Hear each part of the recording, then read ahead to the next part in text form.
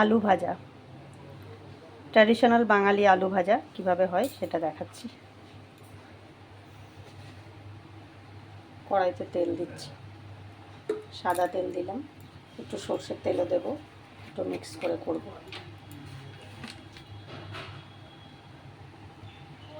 সর্ষের তেল দিলাম একটু,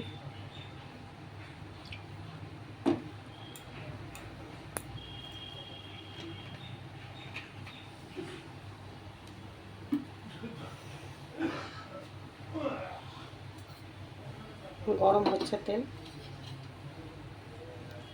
এর মধ্যে একটা শুকনো লঙ্কা, দুটো কাঁচা লঙ্কা চেরা দিয়ে দিলাম।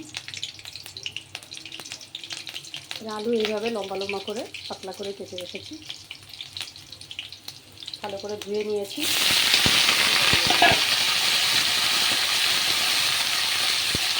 নুন, হলুদ আর একটু চিনি, ব্যাস, এটা আর কোনো মশলা পড়বে না।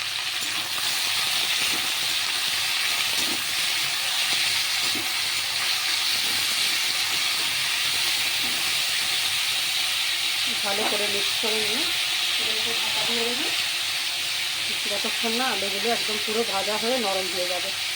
তারপরে আলু ভাজা দিয়ে আপনি ভাত, রুটি, মুড়ি, পান্তা ভাত সব কিছু দিয়ে খেতে পারেন। Thank you for watching.